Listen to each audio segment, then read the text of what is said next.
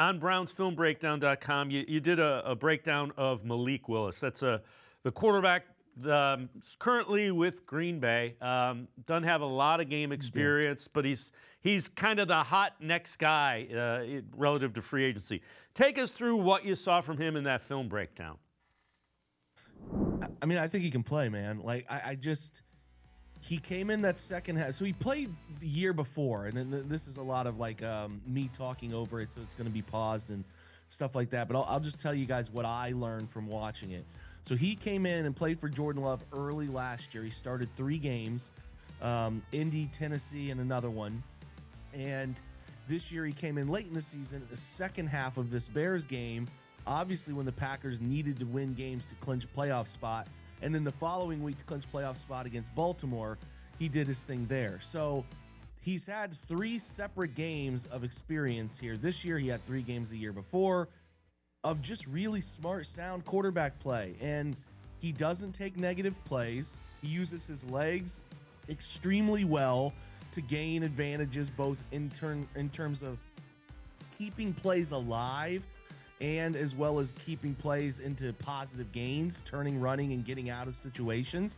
And he threw the football really, really well, accurately downfield. A lot of the schemes that I think the Browns are actually going to employ themselves. And he read things out very well. Not perfect in these games, but really, really good performances stacked with last year's good performances. I just don't think you have to squint very hard to see why, based on what Todd Monken has said he likes about the position, and what this young man can do and what's on tape, because I watched every piece of film from the last 2 years I could get from him. This is a good quarterback. This is a really good young quarterback who's come along in the NFL at his own pace. I think getting to Green Bay was really good for him. Working with LaFleur, really good for him. And I think there's been growth between the 24 tape and the 25 tape. And listen, the things they asked him to do in Green Bay would be very similar thing as I think Monken would ask him to do here, and he was executing at a high level. So I think as far as fits go, I don't know if it's going to happen. There's the element of his agent is the same agent as Deshaun Watson. There's the element of somebody could step in and pay him an insane amount of money. That's all in play.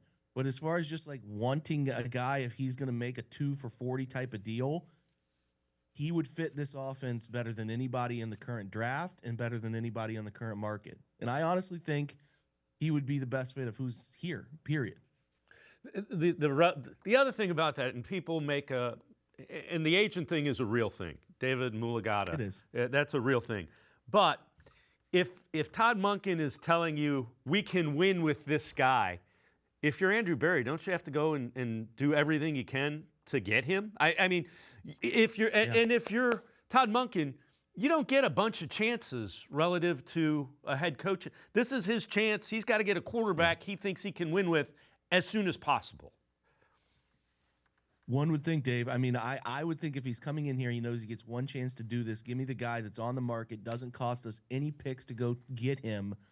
Understanding, obviously, that they're not going to be able to go out and get anybody they want. They can't draft the way they want. They don't want to wait another year. I mean, all of the things logically, to your point that you just made, are yes. Like, I would hope that Monken would do that.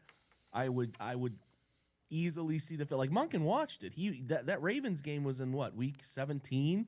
He watched it up close and personal. And I don't know how he wouldn't have fallen in love with the idea of what that young man could do in his offense in a similar way to what he did at Georgia with Stetson Bennett, who was an athletic player at the position, and what Lamar did for him for 3 years. So I would think logic would say, who cares? Like go get him. Do what you think you need to do to go get him. But as we said here, it's the agent world is different, and like there's still a belief from Deshaun Watson's camp that he can play.